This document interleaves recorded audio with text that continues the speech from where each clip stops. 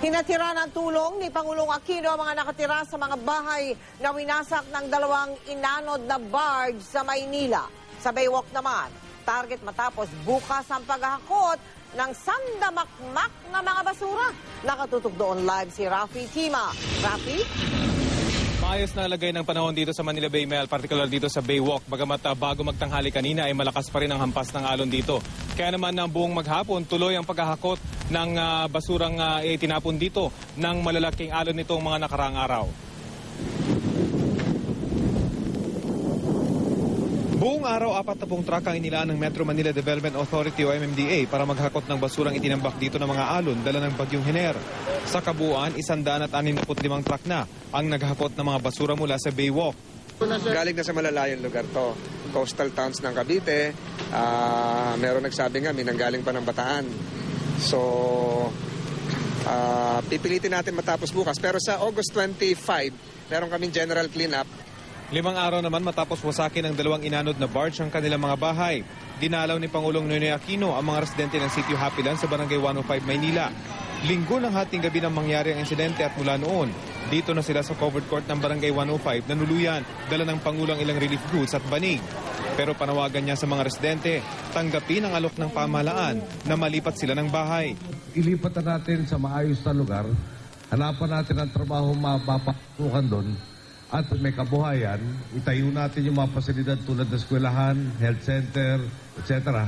At ilayo na natin doon sa panganib. Di ba mas magandang gawin na natin yung kesa yung parati natin pinoproblema tuwing masama ang paklima at masama ang panahon.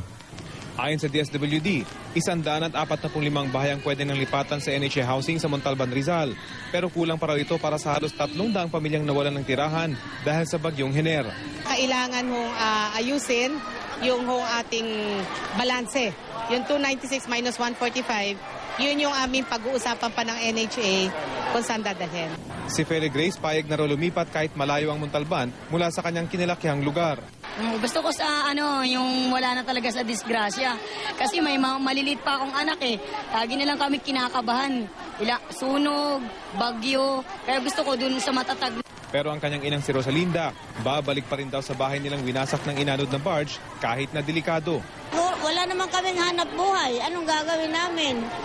Mga matanda na. So nag-aalangan kayo lumipat doon? Langanin kasi ako maglumipat kasi wala naman kaming hanap buhay doon.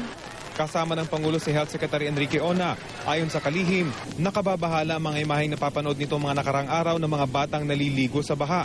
Sa datos ng DOH, halos 100 na raw ang namatay dahil sa leptospirosis ngayong taon, sakit na karaniwang nakukuha dahil sa maduming tubig baha. Huwag na nilang pabayaan itong mga bata na naliligo, nagsuswimming sa ating mga napakaputikang tubig na doon talaga mo makikita yung mga leptospira. Mel, ayon kay Secretary Ona, matapos sa mga pagbahan ito mga nakarang araw, bibilang pa ng ilang linggo, 1 linggo bago natin makita ang mga kaso ng leptospirosis. Kaya naman nagpakalat na raw sila ng mga antibiotics para dito. Ito naman problema ng basura dito sa Manila Bay. Pwede rin naman daw sanang iwasan kung titigilan tayo sa walang pakundangang pagtatapon ng basura. Dalawang problema yan, Mel, na pwedeng iwasan at sana hindi na dumagdag pa sa isang bagay na wala tayong kontrol, ang hagupit ng kalikasan. Mel? Maraming salamat sa iyo, Rafi Tima.